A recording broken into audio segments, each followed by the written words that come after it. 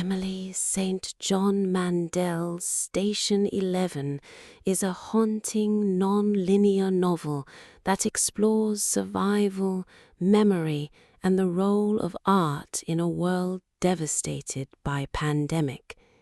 It begins in Toronto during a performance of King Lear. Famous actor Arthur Leander collapses on stage from a heart attack. Jeevan Chowdhury, a former paparazzo training as an EMT, rushes to help but cannot save him. Among the cast is Kirsten Raymond, a child actor who witnesses Arthur's death.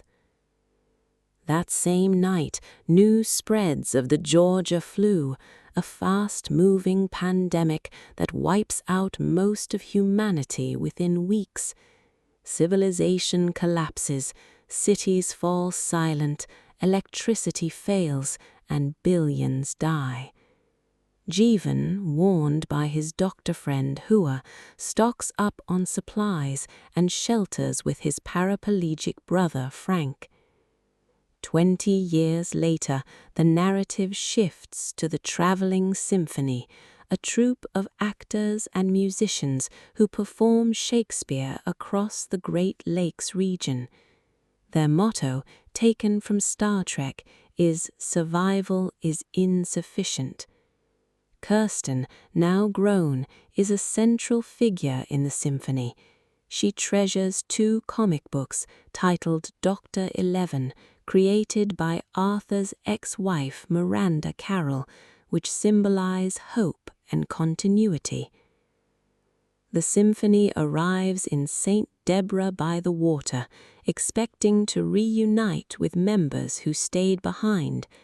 Instead, they find the town under the control of the Prophet, a cult leader who claims the pandemic was divine judgment. His presence introduces danger and moral conflict. The Symphony flees, but the Prophet pursues them, escalating tension.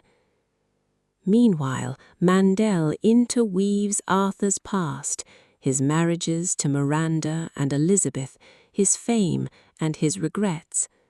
His friend Clark Thompson later establishes the Museum of Civilization at an airport, preserving artifacts like credit cards and cell phones as relics of the lost world.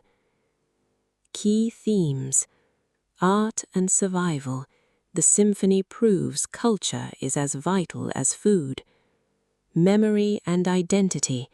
Kirsten's comics and Arthur's legacy show how stories preserve humanity. Pandemic and collapse.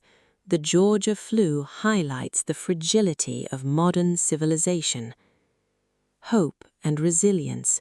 Even amid devastation, people seek meaning and beauty. The middle arc intertwines past and present. Miranda's creation of Dr. 11 becomes a metaphor for survival through art. Clark's museum underscores the importance of memory. Kirsten's search for lost Symphony members parallels her quest for identity. The climax occurs when Kirsten confronts the Prophet. Violence erupts, but Kirsten survives, symbolizing resilience. The Prophet's downfall contrasts with the Symphony's endurance, showing that art and community outlast fanaticism. The resolution is bittersweet, yet hopeful. Kirsten visits Clark's Museum of Civilization, lending him one of her Dr. 11 comics. The novel closes with the possibility of rebuilding as survivors imagine reconnecting with distant communities. Mandel's prose is lyrical, haunting, and non-linear, weaving timelines seamlessly. The novel avoids typical dystopian tropes, focusing instead on human connection, memory, and the role of art in survival. Ultimately, Station 11 is about the fragility of civilization and the enduring power of art.